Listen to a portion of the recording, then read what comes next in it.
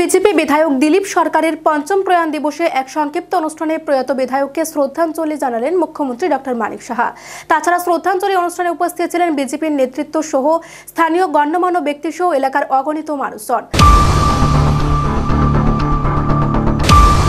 বিধায়িকা মীনা রানী সরকারের উদ্যোগে এদিন প্রয়াত বিজেপি বিধায়ক দিলীপ সরকারের পঞ্চম প্রয়াত দিবস উপলক্ষে আয়োজিত হয় এক রক্তদান শিবিরের। তাছাড়া প্রয়াত বিধায়ককে স্মরণ করে স্মরণাঞ্জলি অনুষ্ঠানেরও এদিন আয়োজন করা হয় প্রয়াত বিধায়কের বাসভবনে। এই অনুষ্ঠানে বিজেপির অন্যান্য নেতৃত্ব এবং স্থানীয় লোকজনদের সাথে অনুষ্ঠানে উপস্থিত ছিলেন মুখ্যমন্ত্রী ডক্টর মানিক সাহা। প্রয়াত বিধায়কের প্রতিকৃতিতে মাল্য ও পুষ্পার্ঘ্য অর্পণ করেন মুখ্যমন্ত্রী ডক্টর মানিক সাহা বলেন, রাজনীতির ঊর্ধ্বে উঠে জনস্বার্থে কাজ করে গেছেন প্রয়াত বিধায়ক দিলীপ সরকার। প্রকৃত জননেতা হলেই এভাবে জনসেবা করা যায় তা প্রমাণ করে গেছেন প্রয়াত দিলীপ বাবু। তিনি বাধারঘাট এলাকার জনপ্রিয় বিধায়ক ছিলেন, কিন্তু সব থেকে বড় ব্যাপার তিনি কোনো সিম্বল নয়, যে কোনো দল থেকে দাঁড়ালে তিনি এই এলাকা নির্বাচনে অনায়াসে জয়ী হতেন। এতটাই ছিল তার জনপ্রিয়তা। নিজের জমি বিক্রি করেও মানুষজনকে সাহায্য করেছেন এমন প্রমাণ অজস্র রেখেছেন দিলীপ বাবু। তার জনপ্রিয়তার কারণে আজও বিধায়িকা মীনা রানী সরকার অর্থাৎ তার বোন বাধারঘাট এলাকার জনপ্রিয় হয়ে উঠেছেন।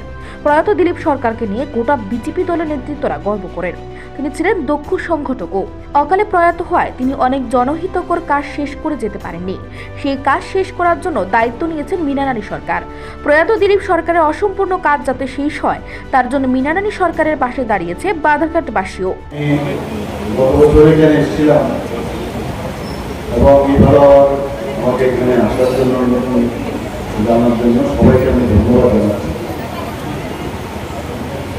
ভগবান স্বর্গীয় দিলীপ সরকার মহোদয়ের নাম আমার মনে হয় ত্রিপুরা এমন কোনো ব্যক্তি নয়, ব্যক্তি নেই যারা ওনার নাম শুনি। একটু আগে ওনার ছোট বোন এবং মাননীয় বিধায়িকা বলেছেন যে উনি গর্ববোধ করেন যখন মানুষ এসে বলে যে আপনার দ্বারা আমার জন্য এটা করেছিল ওটা করেছিল, আজকে আমি খেয়ে বেঁচে আছি। এটা শুধু ওনার বোনের গর্বের বিষয় না, আমাদেরও গর্বের বিষয়। জননেতা বলতে যা যা একটা গুণাবলী দরকার সেইগুলো ওনার মধ্যে ছিল, আমরা সেটা জানি। আমরা অনেক সময় পার্টিতে আমরা অনেক ধরনের নিয়মাবলী আছে, আমাদের সেগুলো ফলো করতে হয়,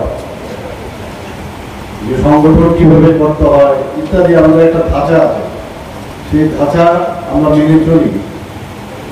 কিন্তু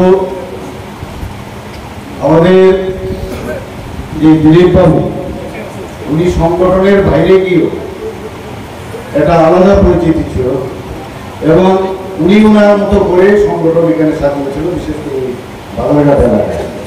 নিজস্ব প্রতিনিধি রিপোর্ট, এশিয়ান টাইমস।